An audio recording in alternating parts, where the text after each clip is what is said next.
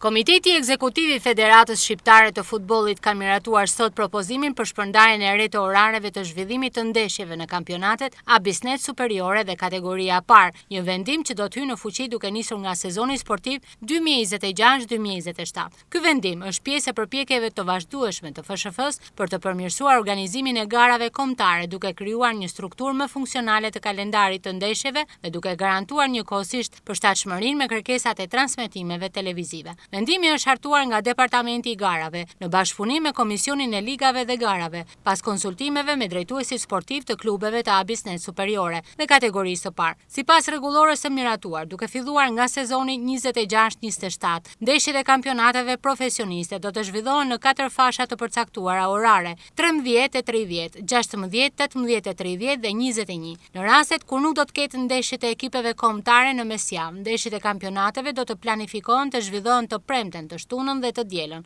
ndërsa në periudhat kur ekipet kombëtare do të kenë angazhime në mesjavë, ndeshjet do të zhvillohen të premten dhe të shtunën, me qëllim që futbollistëve të krijohet koha e nevojshme për rikuperim dhe përgatitje. Në raste të veçanta organizative ose për arsye të tjera specifike, ndeshjet mund të programohen edhe ditën e hënë. Me këtë vendim, Federata Shqiptare e Futbollit synon të rrisë cilësinë e organizimit të kampionateve, të optimizojë kalendarin e garave dhe të ofrojë kushte sa më të mira për klubet, futbollistët, transmetuesit televiziv dhe tifozët, duke garantuar një zhvillim më efikas dhe profesional të futbollit shqiptar.